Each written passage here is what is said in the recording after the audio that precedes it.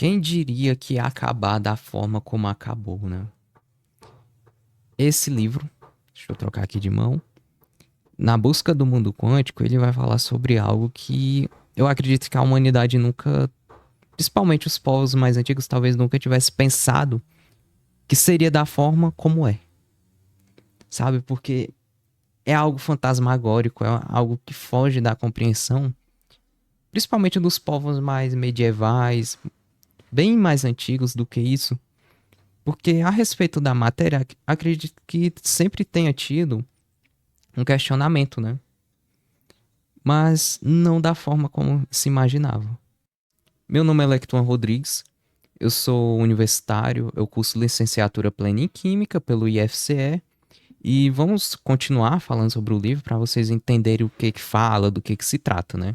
Então, gente, esse livro, Na Busca do Mundo Quântico, ele é um livro para qualquer tipo de público. Você não precisa ter formação em física, matemática, química para entender ele. Como ele mesmo diz aqui, ele é basicamente como se fosse um apanhado histórico. Embora ele traga algumas fórmulas, mas não é o objetivo dele te ensinar aquilo dali por meio de fórmulas. Ele vai falar sobre a história em si, que foi feito até chegar naquele objetivo, entende? E principalmente, para que você consiga entender qual que é a diferença entre algo que ele cita aqui, porque ao final do livro você vai entender que ocorreu basicamente uma guerra inteira, né? Não uma guerra no sentido literal, mas uma guerra de pensamento, para tentar determinar o que era aquilo que eles estavam tentando de fato quantificar, como determinar aquilo que está escrito aqui no livro.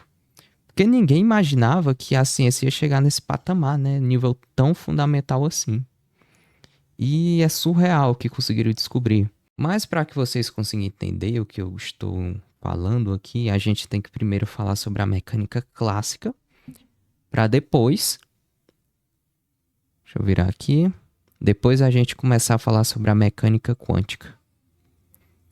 Gente, a mecânica clássica, ela vai falar sobre objetos macro, de forma geral, né? O que é um objeto macro?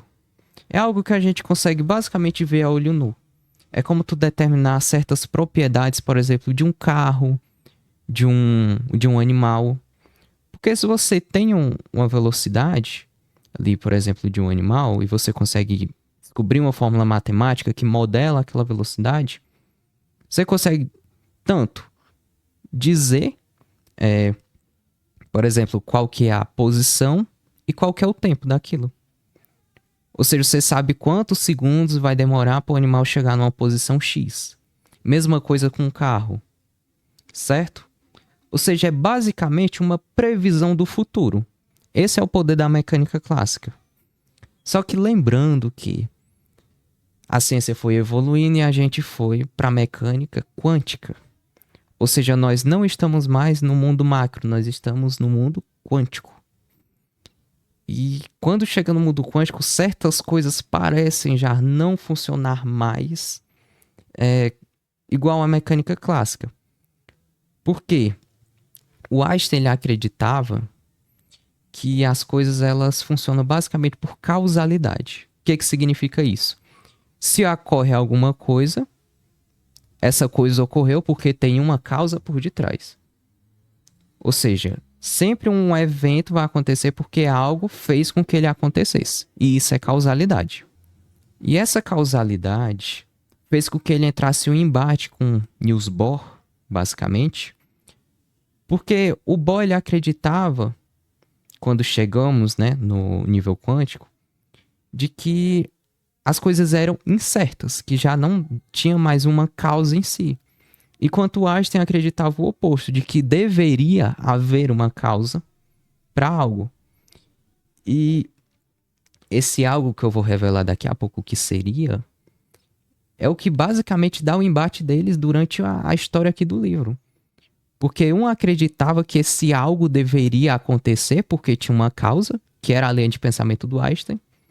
Enquanto o Niels Bohr, ele acreditava que não necessariamente precisava ter uma causa para aquilo acontecer. Era só algo incerto. Mas o que seria isso, né, que gerou esse embate entre os dois? Então, gente, para exemplificar o que que seria isso, quando a gente vai para o mundo quântico, a gente tem os elétrons. E os elétrons são conhecidos por um princípio que ele é chamado princípio da incerteza. O que significa esse princípio da incerteza? Lembra que na mecânica clássica, detalhe, eu estou fazendo basicamente uma analogia para vocês entenderem, né? Na mecânica clássica vai falar que se você tem algo, você consegue determinar o tempo e a posição daquilo, né? Só quando a gente vai para a mecânica quântica, a gente não consegue determinar esse par, digamos assim, de coordenadas para um elétron. Ou seja, você não consegue determinar uma posição e o tempo que vai demorar para o elétron estar naquela posição. Você não consegue determinar com precisão.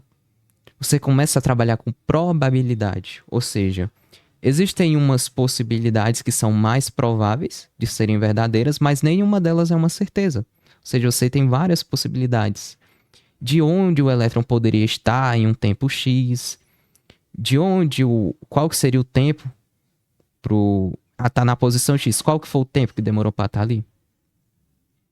Até botar minha mão aqui, não se sabe. Então, o embate entre o Einstein e o Bohr é devido a isso, porque o Einstein acreditava que por enquanto tá incerto, mas isso tem que ter uma causa. Enquanto o Bohr acreditava o oposto. Tá incerto porque é incerto. A mente humana é incapaz de compreender a totalidade da natureza. E ele até fala...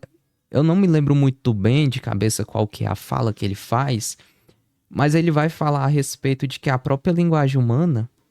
Linguagem não, gente. Acho que é a língua. Tem diferença, né, entre língua e linguagem. Que a língua humana, ela não é completa o suficiente para explicar todos os fenômenos da natureza. Ou seja, a nossa própria linguagem, ela, por si só, ela já é limitada para tentar explicar algo que é mais complexo do que ela mesma. Então, para você ver a linha de raciocínio do Bohr, né? E eu queria perguntar para você, se você já leu esse livro, ou se você está pensando em comprar, deixa aqui nos comentários o que você achou dessa resenha, desse pequeno resumo, e explica aqui quem é que você acha que tá certo, se é o Einstein, se é o Niels Bohr. E com isso, gente, eu aguardo o comentário de vocês, eu espero que tenham gostado.